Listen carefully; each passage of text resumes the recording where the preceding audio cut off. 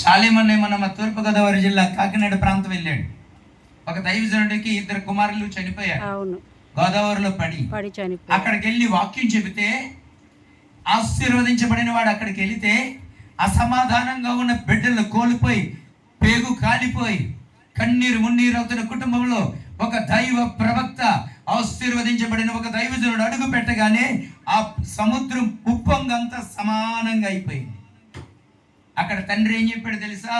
అయ్యా, నువ్వు వాక్యం వచ్చి ప్రకటించావు దైవజనుడా, ఈ ప్రకటనలో ప్రభు నాతో చెప్పాడు 2 కొడుకులు చనిపోయారు. ఇప్పుడు అయినను మౌత్ తీసుకుని నేను చెప్తున్నాను, మరింత సేవ చేస్తాను, మరిగా దేవుణ్ణి స్తుతిస్తాను, ఇంకా ఎక్కువ దేవుని మహింపరుస్తాను, ఇంకా ఎక్కువ ప్రకటిస్తాను, రాజ్య విస్తరణ కడతాను, నేను నా భార్య దేవుని కొరకు ఎక్కువ బ్రతుకుతామన్నారు.